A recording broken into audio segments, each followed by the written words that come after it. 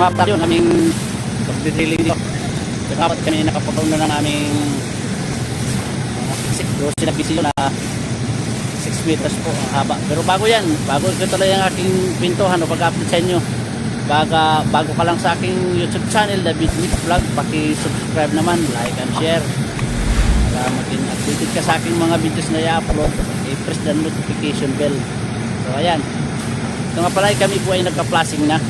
Kumbaga nililinis na po namin yung mga buhangin. At saka kumbaga sinusubukan na rin po namin kung gaano karami yung supply ng tubig. Ito po ay nasa 72 meters na po aming nabutas dito. Gamit ang aming drilling machine. Hindi pa po yan naandar. Ganyan na po kalakas ang tubig niya. Gamit po ang aming, pakita ko sa inyo, compressor. Ito po ang nagbubuga. Binubugahan niya doon sa loob ng butas.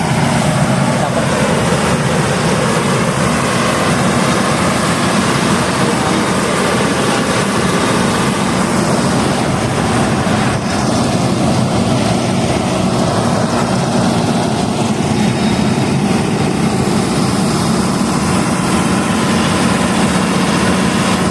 Ito po yung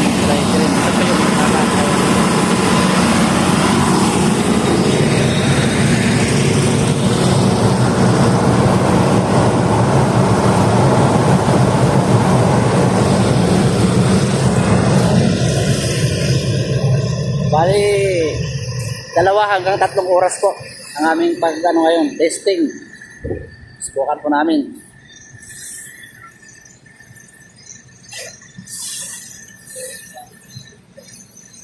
Kung tandaan nyo yung mga nakarang video na in-upload ko, nakita ko sa inyo yung mga PVC na nandiyan banda. Susi yung na nandyan, naibaw na po namin dyan. Kaya nga ngayon nag-ano na po kami, yung mga nakikita yung mga nakasako na yan, yung po ay report gravel. Yan po ay nalagay po namin sa gilid para hindi mo magdiwang-diwang yung tawag na ito, yung UPVC. Kaya tawag po namin. Para maiwasan pati yung pagbuo ng lupa sa gilid ng UPVC. Ayan. 2 hanggang 3 oras po yan. Pag-testing po namin.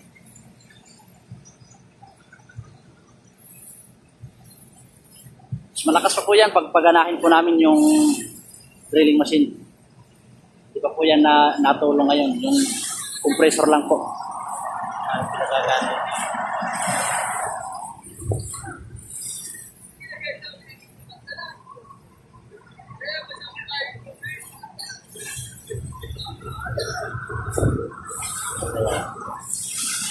Ito ako sa inyo.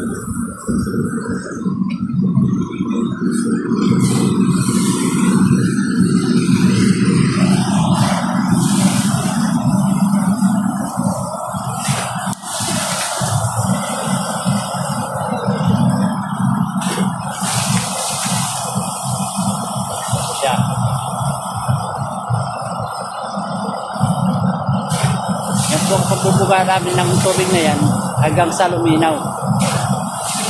Malinis na po sa tingin namin yung malinaw na yung tubig. At 1 oras na hindi siya consistent ang kanyang paglalawas ng tubig sa lakas. Yun. Sabi namin matibay na yun. Pwede na yun. Pwede na gamitin. Pagkasapat na tubig na sa supply niya.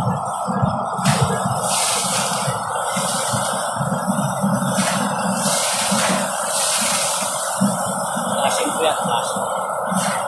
Kapag-linis. Mga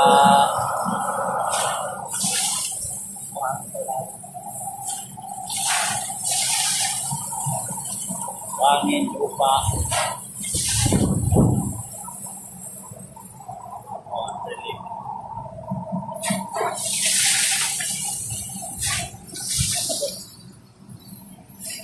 Kaya mga nakuhawin yan.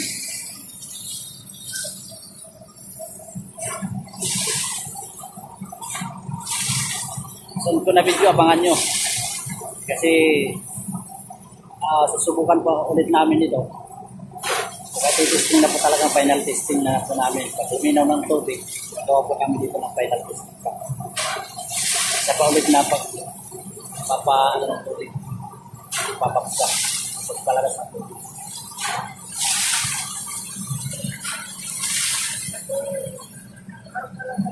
Sa 72 meters po yan. 6 na 12 na UPVC na 6 meters po. Bawat isa.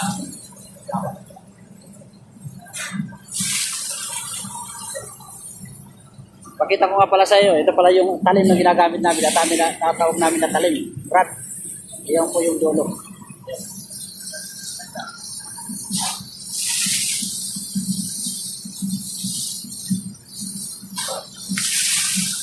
Ayan, lapitan natin.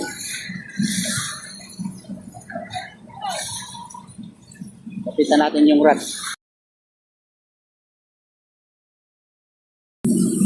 Ang gulo ng tubig eh. Ginugulo ako. Isipasin ko salo sa inyo yung nang malapitan yung rod o yung talim. Yan.